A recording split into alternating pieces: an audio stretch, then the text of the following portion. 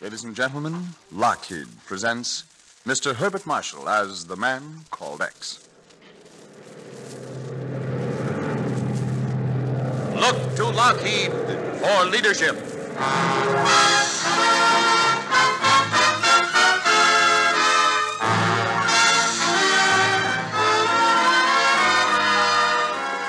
The men and women of Lockheed Aircraft present Herbert Marshall in The Man Called X, produced and directed by Jack Johnstone.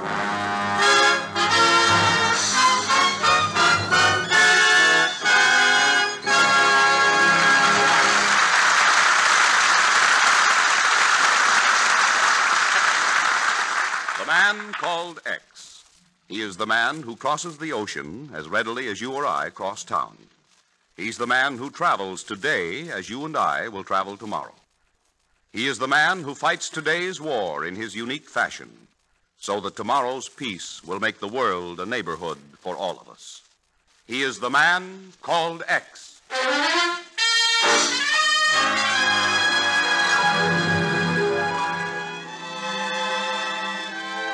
Tonight, Mr. X spins the globe and puts his finger on the Balkans, where he searches for an unknown but notorious international criminal. But right now, his mind is far from the troubled world, as he and his fiancée, Nancy Bessington, listen to Valse Bluette in the Gamut Music Shop on East 44th Street in New York City.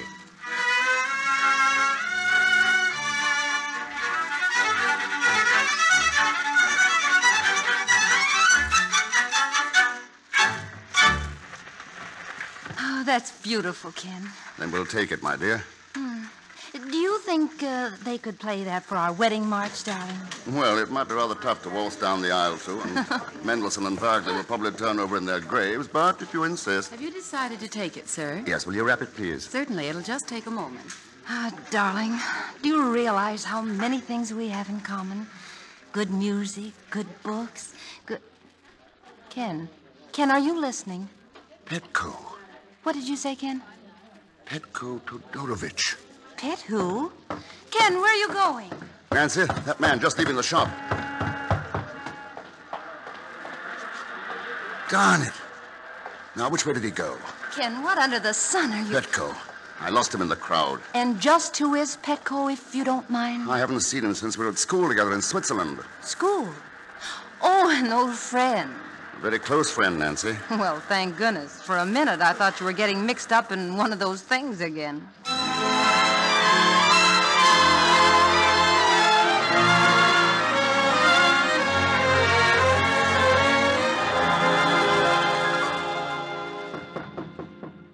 But, Ken, you still haven't told me how you got Petko's address. From Jimmy Hale on the Globe.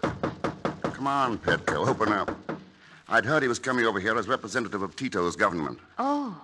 Well, then this isn't just a social call after all. Funny. Why, it's open. Petko, are you home or... Ken in that chair. Petko. Look at him. Yes, Nancy. Shot through the heart. But, Ken, why? I don't know. But he was here on important business for his government. And he must have been working when it happened. See, here's his typewriter. Oh, he was just writing a letter. It's to somebody named Anna.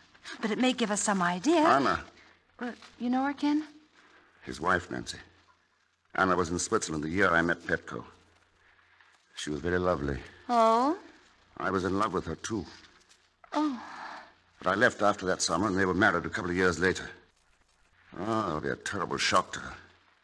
They were devoted. Well, what does the letter say, Ken?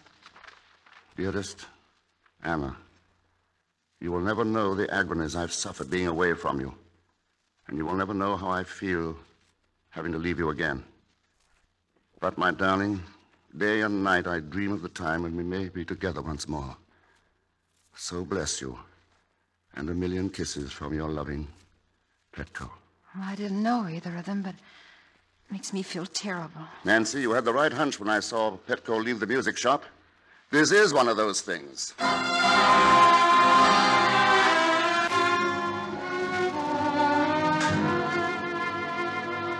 Mrs. Anna Todorovich, 1719 Tsar, Hospotoditl Street, Sofia, Bulgaria. Yes, Chief. That envelope, already addressed, lay beside the typewriter. They must have moved from Belgrade when Yugoslavia was overrun by the Nazis. Find anything else, Ken? The violin, Ken. Yes, a violin. I didn't know he played. But here's the important thing, Chief.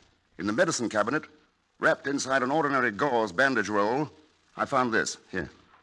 Microfilm. Let's see. Look at it through this glass, Ken. I know. 3 million marks. Borrowed by the Reichsbank from the Belgrade State Bank. Anton Gubek, director. Anton Gubek. Just a minute. Miller, Dufrovsky, Racek, Gubek. I thought I saw that name on the list.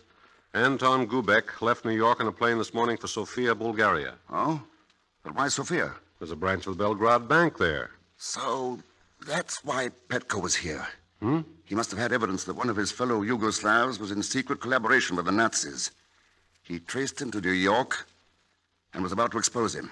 But Gubek got to him first. Could be. Chief, do me a favor. Well? Keep this quiet until I have a chance to see Anna Todorovich and tell her about Petko. Oh, but Ken, Anna is in Bulgaria. Yes, my darling, Bulgaria. Oh.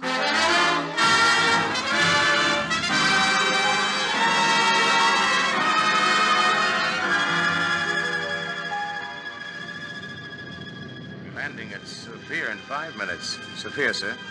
The plane continues on to Istanbul, Cairo, Ceylon, and Sydney, Australia. You may change for planes for Bucharest, Moscow, Arden. That's it. Back there.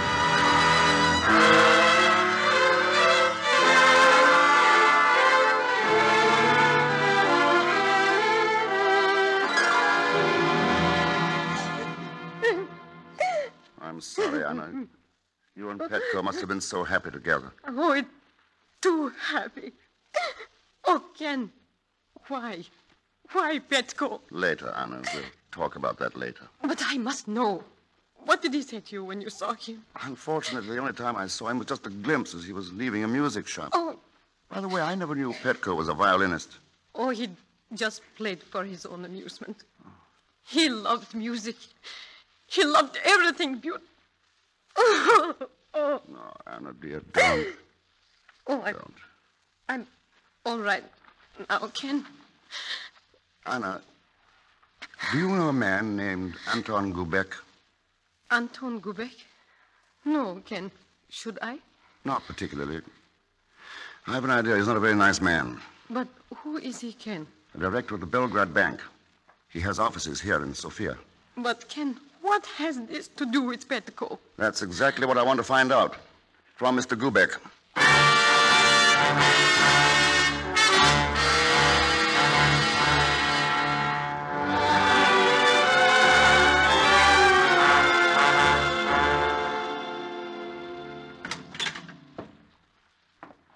Mr. Gubek? Yes? My name's Thurston. Well, what can I do for you? Mr. Gubek, do you know a man named Petko Todorovich?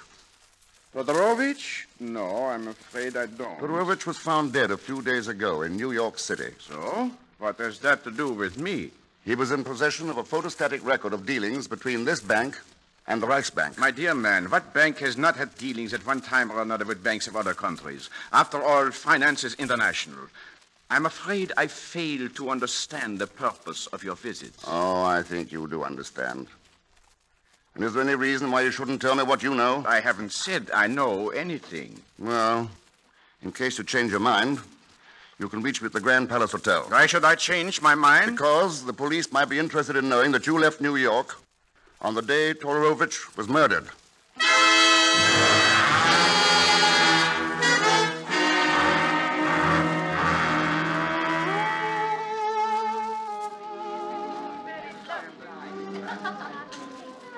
More coffee, Anna? No, thank you, Ken.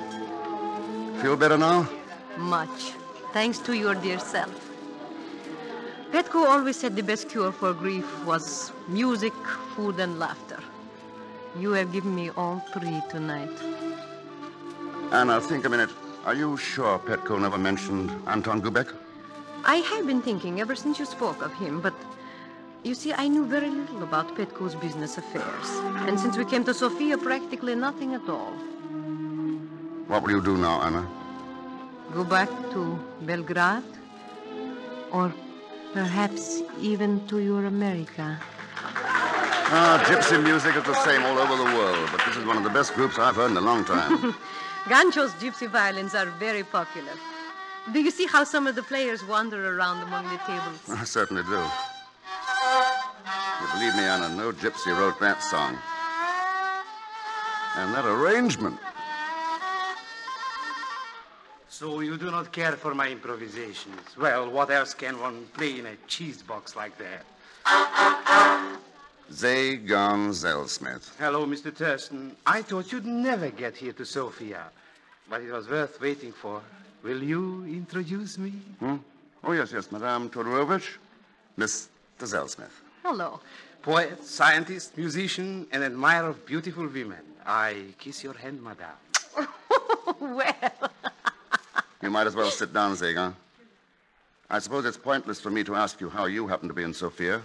Or is it just an unhappy coincidence? Surely, Mr. Thurston, you didn't expect me to abandon you in such a crisis. Well, why not? You've done it before. Yes, but only for money. And in case of extreme necessity.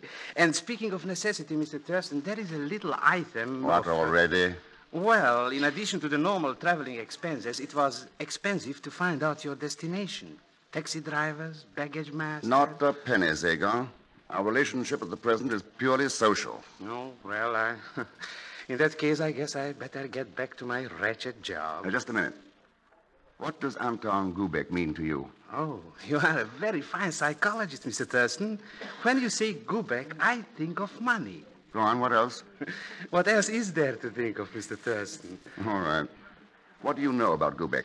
Well, I know he returned to Sofia on this afternoon's plane. This afternoon? Yes, I understand that Mr. Gubek was delayed in Cairo. As a matter of fact, on my way down to my miserable work this evening, I saw him enter his own house with his luggage. Oh? Oh, a perfect abomination of Rococo. It's over there in 47 Koshkovo Boulevard. 47 Koshkovo Boulevard. Yes, and now, excuse me, Mr. X and the beautiful Madame. I must return. It is my turn to play a solo. Au revoir, Madame. And if you should need further assistance, Mr. X, I have very flexible business hours. Your friend Zagon is a comedian, Ken. Oh, he's amusing enough, but he's got a price list for every laugh. Anna, I hate to bring such a charming evening to a close so quickly, but I want to talk to Gubek tonight. So if you don't mind, I'll see you home first. Oh, don't bother, Ken. Just put me in a cab. After all, my house is a long way from Koshkovo Boulevard.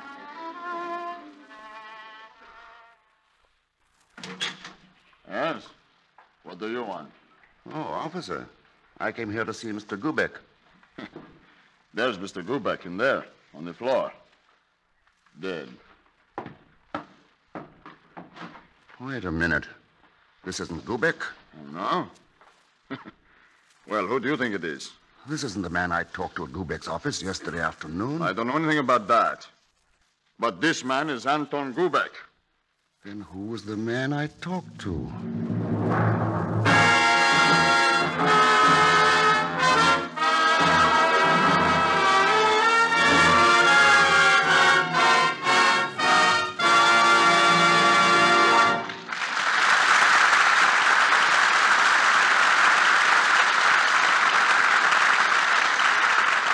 Just a moment.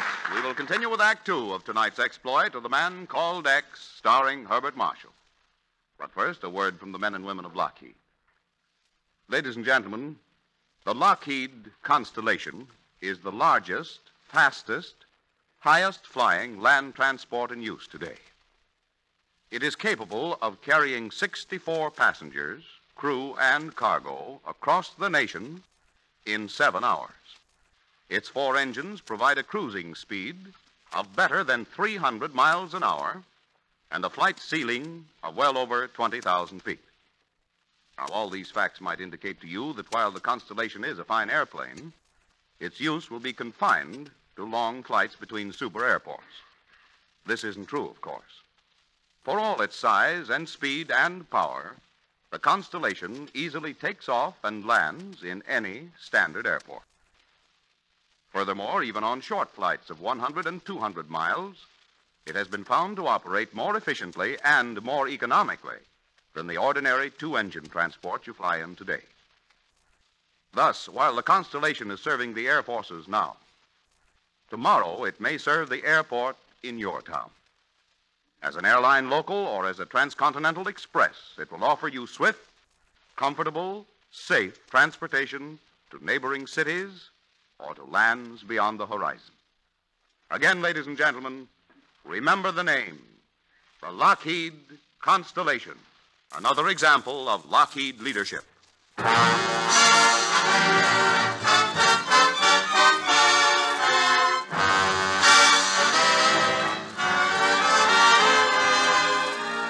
Now to return to tonight's exploit of Mr. X, whose search for the murderer of his friend Petko Todorovich has led him to Sofia, Bulgaria, only to discover that his only suspect, Anton Gubek, dubious Yugoslav banker, also has been murdered.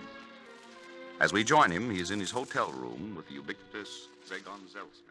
Mr. X, I am humiliated at having to bring up such a personal subject, but... You don't look very humiliated to me, Zagon. Oh, well, I was so excited with my first solo appearance as a violinist that I neglected to conclude my negotiations with you at the cafe. I don't recall any negotiations. But, Mr. X, remember, I divulged invaluable information about the unfortunate Mr. Gubek. Oh, in that case, you owe me money. Your invaluable information ran me right up a blind alley. Well, then, perhaps you'll be even more interested in Mr. Macek, president of the Macedonian National Bank. Such an interesting story and not too expensive. Or perhaps Mr. Dobrovici, chairman of the board of directors of the Sofia Exchange. Now, wait a minute. What kind of double talk is this, Zagon? No, not talk. Names and figures. All here. See? On this. Microfilm. Zagon, where did you get this? Oh, do not misunderstand me, Mr. X. I'm a man of scruples, but she was so beautiful, and I was only looking for her address. Well, whose address? Looking where? Why, your beautiful friend, of course, when her handbag lay on the table in the cafe. Zagon, it's hard to believe there could be worse scoundrels than you, but there are, and not half so amusing. Again, I am humiliated having to bring up a personal subject. Well, but... perhaps these American dollars will save you from further embarrassment. Oh, they do. I now recovered my dignity, and now as an honorable man, I must return this property to the beautiful lady. That, Zagon, is a pleasure I shall reserve for myself.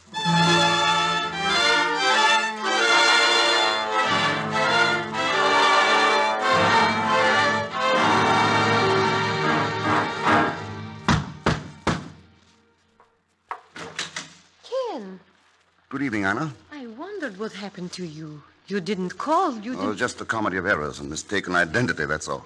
What? Now, you see, Gubek isn't Gubek at all. Or wasn't, I should say.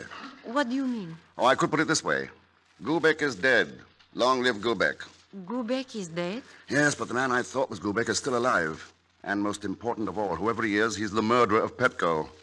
And he's here in Sofia. Oh, how could he be? Petko was murdered in New York.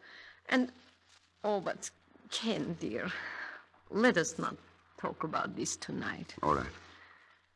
Shall we talk about a summer in Switzerland long ago? Oh, yes. About our scrambling for hours to get to the top of some place, only to ski down in a few seconds, laughing at time and space. Ken, you remember, too.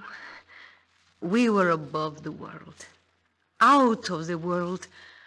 Out... Did this violin belong to Petko? Yes, Ken. I told you he loved to play, just for himself. Well, then he must have picked up the one he had in New York at the music shop where I saw him. I wondered why he did not take this one with him, but he left so suddenly. Oh, but Ken, let us turn back the clock again. And remember, you returned to America without my ever telling you. Telling me what, Anna? That it was you, Ken. You, darling.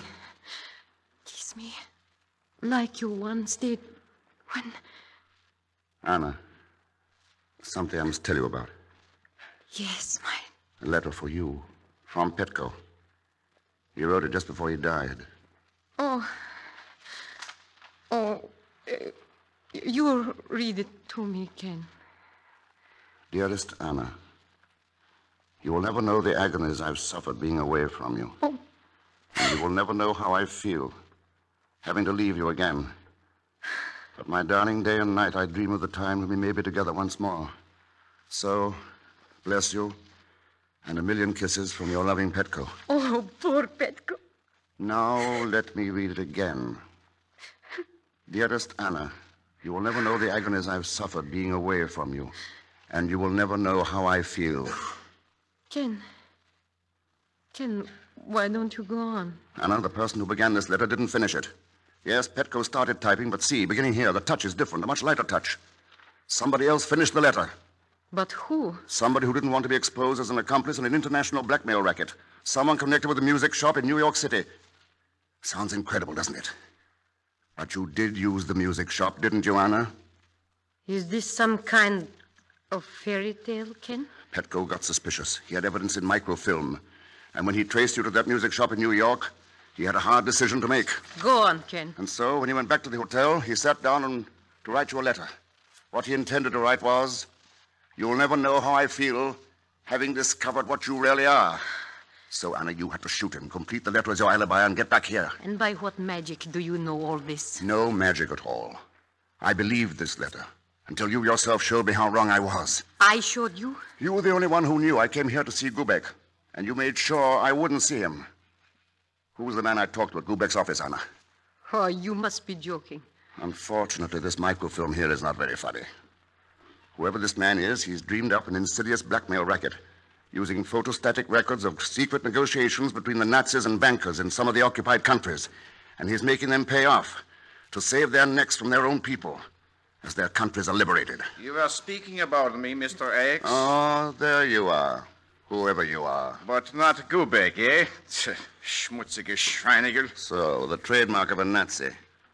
And the portrait is complete, even to the gun in your hand. This isn't a picture, Mr. X. It works. I don't doubt it. I've seen enough evidence that it does. Your gun worked too, didn't it, Anna?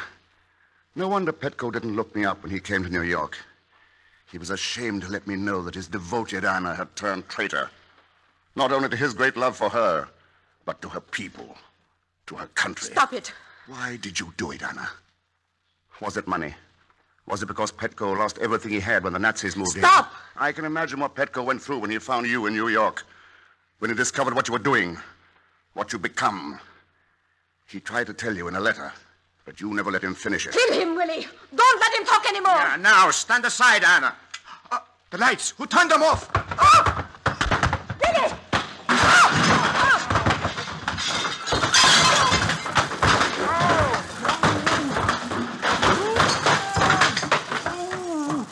I swear by the father of my father, I am innocent. I didn't do it. Zagon, you. Oh, it's you, Mr. Thurston? What big hands you have. Can you find the light switch, Zagon? Naturally, I just turned it off. Right. There. And they've got away. You mean the beautiful lady and my friend Gancho? Gancho. So that's who he is. No, he's a lot of people. But mostly he was Willy Heinecke, a very high man once, a useful aide to von Papen himself. An unpleasant character. Well, Zagon, you saved my life by turning off that light. Yes, and for no compensation either. But, alas, now I am in a pickle. Gancho and his gypsies gone, my violin gone. And without a violin, Zagon is without a tongue. That'll be a new experience. But if it's a violin you want, there's one. Oh, that's a treasure. When I played with the Amsterdam Symphony, I had a Guarnerius. On my last concert tour in Budapest, it was an Amati. And now... Oh, pfui, another one of Gancho's cheese boxes. Wait, give me that fiddle. Why didn't I think of this before? That flat tone. Oh, it may not be a Stradivarius, Mr. X, but that is vandalism. Look, Zagon, the sound post. It should be cheese. Instead of a solid piece of hardwood, it's a hollow tube. In it, a roll of microfilm. So this is how your friend Gancho concealed his blackmailing evidence and shipped it abroad. No wonder I could never play the Paganini cadenza from Mendelssohn concerto on a Gancho violin.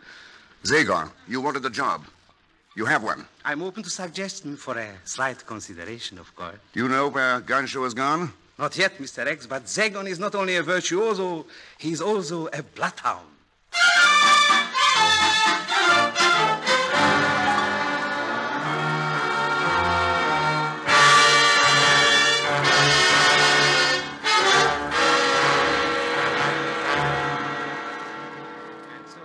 Joe. I risked my very life crossing the border to find you here in Yugoslavia. And how did you know where we'd be, Saigon? Do you not remember? You said the man who makes all your violins was here in this village. You are a friend of Thurston's. Why did you follow us? Oh, my dear lady, is that not obvious? You and Gancho are now in a flourishing condition, so to speak, and you will be interested in the information about Mr. Thurston at a reasonable price, of course. So, it would be much cheaper to liquidate you than to bargain with you. Oh, but the information... I'll give it to you for nothing. Ken. Oh, Mr. X, don't surprise me like that, and please, Mr. Thurston, just put down that gun. Surely you don't think that When I know you too well. You always try to double your profit. So I followed you. And now I suppose you will kill us. I'm neither judge nor executioner, my dear. I'll leave that to the proper authorities. In this case, who would be more proper to judge you than your own people of Yugoslavia, whom you've betrayed?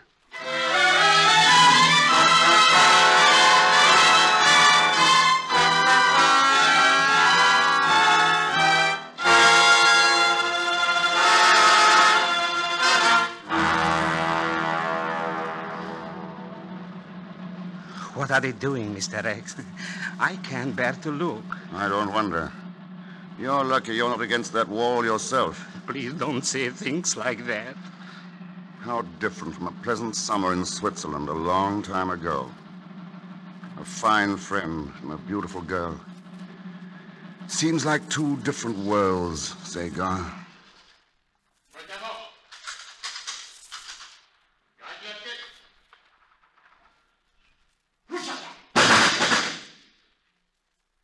One of those worlds has ended. A world of treachery and terror.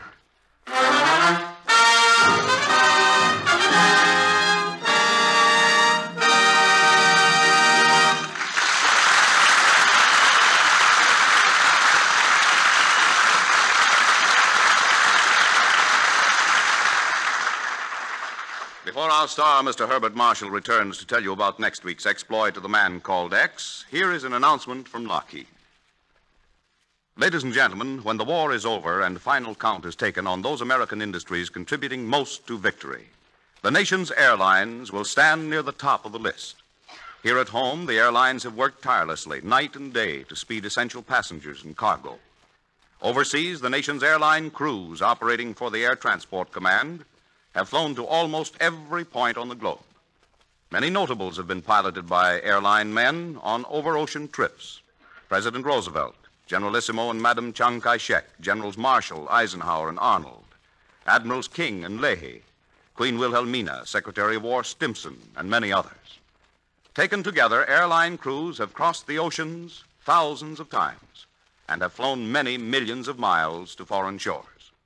Yes, the airlines of America are doing a vital job in the war effort, a job that foretells a great age of flight that you and every American will enjoy in peacetime days to come.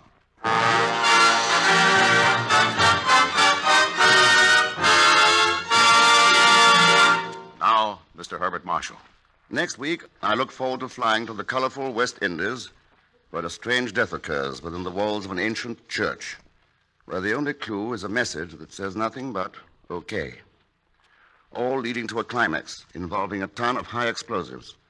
So join us, won't you, when next I return as the man called X.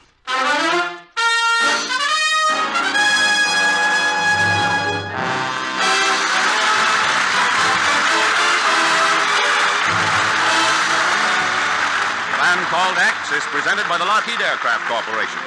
Tonight's exploit was written by Milton Merlin. Original music was composed and conducted by Felix Mills. The entire production was under the direction of Jack Johnstone. Mr. Marshall's appearance is through courtesy of Metro-Goldwyn-Mayer, producers of the Technicolor picture Kismet. The men and women of Lockheed invite you to join Mr. X again next week. Same time, same station. John McIntyre speaking. This is the Blue Network.